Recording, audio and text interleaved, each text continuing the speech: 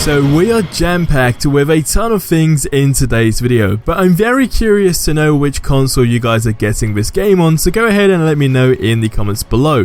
Please also drop a like, it helps build the hype, and of course we can just reach more people, and subscribe if you have not already. Also go ahead and join my Discord, the link is below so we can all talk together. And finally, there are literally less than I think 3 days for you to enter the giveaway that I'm doing with Instant Gaming, where you can win a game of your choice. Again, the link is below. Now I will be quiet and actually get into the news. Oh, by the way, we are still getting the accessibility info this week for this Avengers game too, so if that is of any of interest to you guys, then definitely keep an eye out for that.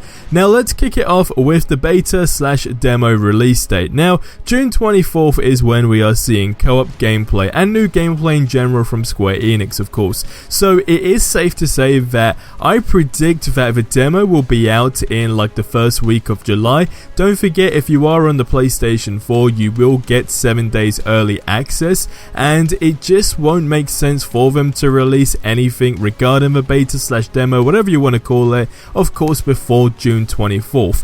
Now what's interesting enough is that they are using Twitter, I hope anyway now, a lot more frequently, because they responded to a tweet regarding the beta, just simply stating that they will have more info on that soon, and again I reckon it will be on this live stream on June 24th. Now after digging through the trailer, I'm sure your guys' eyes hurt, definitely just like mine, just looking at these tiny square boxes, but we have discovered some big things. Firstly, we have everyone saying that we have seen Ant-Man in some gameplay, which you can see in the background as the character is extremely small, but I am here to basically debunk this, okay? Now, this is indeed not Ant-Man, and it's just Black Widow, and the reason she looks that small is simply because Kamala Khan is actually using her power that of course just makes her massive. In fact, she's even bigger than Hulk here. Now, credit to Spoonzilla for actually finding this one out and pointing it out to me,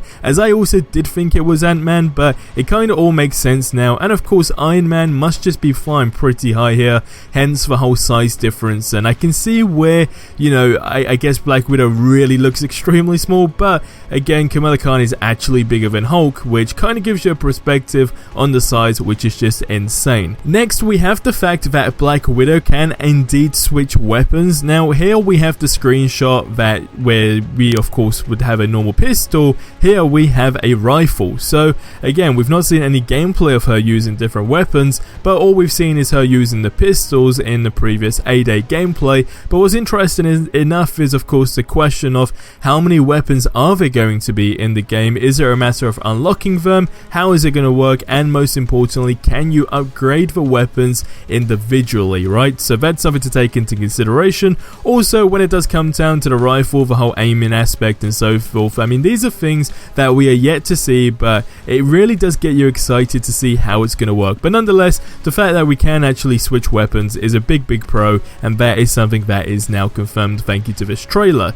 Now we have Kamala here again overlooking different lookout points, which aren't that new, but still good to see a different view of it, if that makes sense. We of course see her here where she's overlooking the whole Avengers A-Day. I mean, like at the beginning of the trailer, right, when we saw the San Francisco and so forth. So that's what we see here, a bunch of other desert locations, etc. Nothing too new, but again, it's actually seeing the gameplay aspect of that.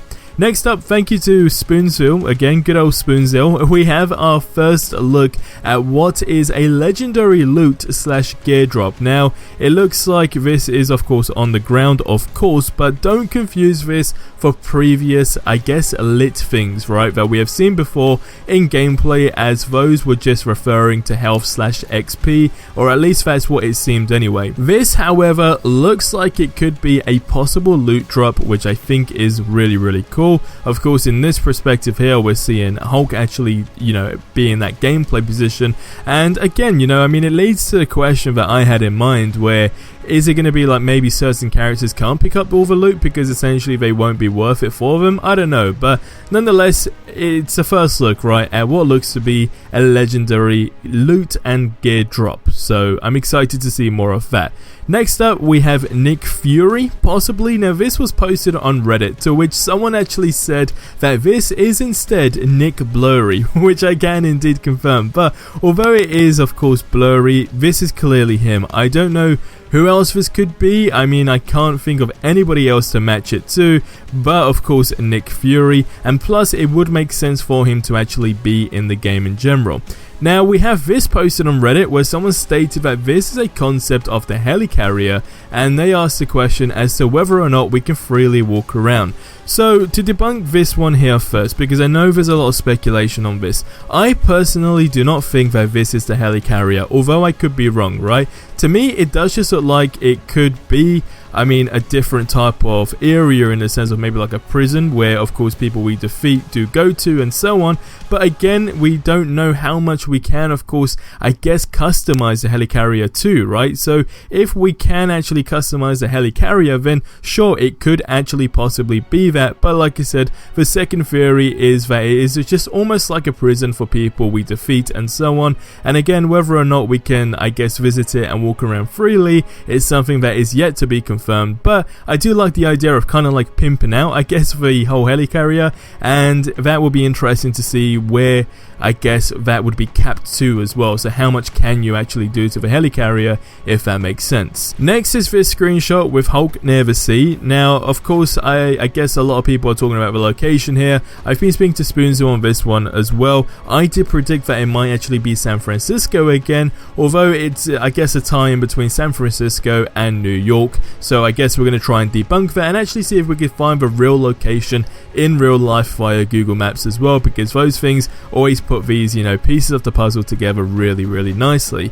But with this picture right here, it's not just about the location, but it's actually about the dude who has a massive shield. Now, the icon here looks like it could be related to the Red Cyclops, but that is just a theory based on that logo, which again, good old Spoonzil actually has, you know, come up with the theory that it could be related to. But we know that it's a part of something. There's a logo there that we've not seen before. So is it, you know, a different type of enemy type? We don't actually know. And just quickly talking about different enemy types as well, we have this unconfirmed character with the blue face holding this kind of like a purple, I don't know really what you want to call it, but no one can really match this to anybody. I mean, again, I have been speaking to Spoonzil on this, and it's a tough one. I mean, if you really try and, you know, I guess match it to a character, the only person that he suggested it could be close to is actually Kree, and maybe he's fighting with the Resistance. Also said that he could be in a cave, and maybe he helps Tony make the StarTech suits. I mean, it's just a theory, it could be way off, but I mean, it's good to actually take that into consideration, because if that is the case, I think that would be very neat. Now, besides all that stuff, of course, we got a whole bunch of Iron Man stuff, which actually makes me think that as of now, this character is going to be a big character as a whole. So we got new stuff such as new suits, as you can see, and some great gameplay of him doing that whole one-off 720 laser spin, which looks pretty neat. Now, this, I'm assuming it's going to be like a kind of finisher type of move, and I'm curious to know in general how much damage that actually does too, and again, how will it work in terms of upgrading it and so forth. Nonetheless, it's something we've not seen before, and it's something that definitely does look great. So moving on to the second to last thing, this is a theory that I guess is, well, I mean, we've seen it in this new trailer, right? And the theory is a very interesting one. So again, Spoonzo is digging through this like crazy, right? He's really analyzing every box, and he asked me what I thought this could be right here. Now, his suggestion is that it could be a ghost. Now, at first, I thought he was just simply talking about the sign itself, because of course you can see some type of blurry writing, but below that, there is actually almost some type of dusty, cloudy thing. Now, I don't know what it could be, so I'll leave you guys to leave your thoughts on that. If I really had to say, is it something, I would probably say there might be like I don't know, maybe like a 45% chance that it could be a new type of enemy that we've just not seen in general, but I don't know. I really have no idea because of course it's blurry and it's difficult to just compare it to anything that we haven't really seen before. And again, besides that, I mean, we've seen, you know, the whole process of them making, you know, the robots and so forth on people's green screens, I guess. I'm going to assume they were like in a Zoom call and so forth. So, I mean, there's a bunch going on. But besides that, I mean, the gameplay is looking good, right? And I'm just really excited to see something new as a whole, which is, of course, what we did see. It's a shame that I guess they were only snippets, but nonetheless, they did definitely showcase some very cool new things. And I just hope that the Avengers Twitter account do actually be more active in terms of responding to people, because I think that's a great thing to do. Do take into consideration as well that I guess June 24th after that, if they don't do anything before that, they technically have like 2 months left to market a AAA game, which a lot of people are hyped up for again now. So I mean, the pressure is on. I can only imagine the stress, but on the bright side, that means we would be getting a ton of new information. Again, they are going to be doing that whole global accessibility thing at some point this week. I don't actually know when, but it leads to the question as to, are we going to see anything now before June 24th, such as just simply a new gameplay trailer, right? Because we're seeing new gameplay and co-op on their live stream, but don't forget that they are also going to this IGN event as well. So, I mean, I'm gonna assume maybe a gameplay trailer, nothing too fancy in terms of raw gameplay, but a gameplay trailer could possibly release before June 24th to just kind of, I guess, slot in the middle of, I guess, June, right? And just, you know, get people still tasting the game and building up the hype for it. But I want you guys to leave your thoughts on all of that stuff in the comments below. That's gonna wrap up this one here. Subscribe for more awesome content if you haven't already. Do check out the playlist as well. But until then, have yourselves a ridiculously amazing day, and adios amigos.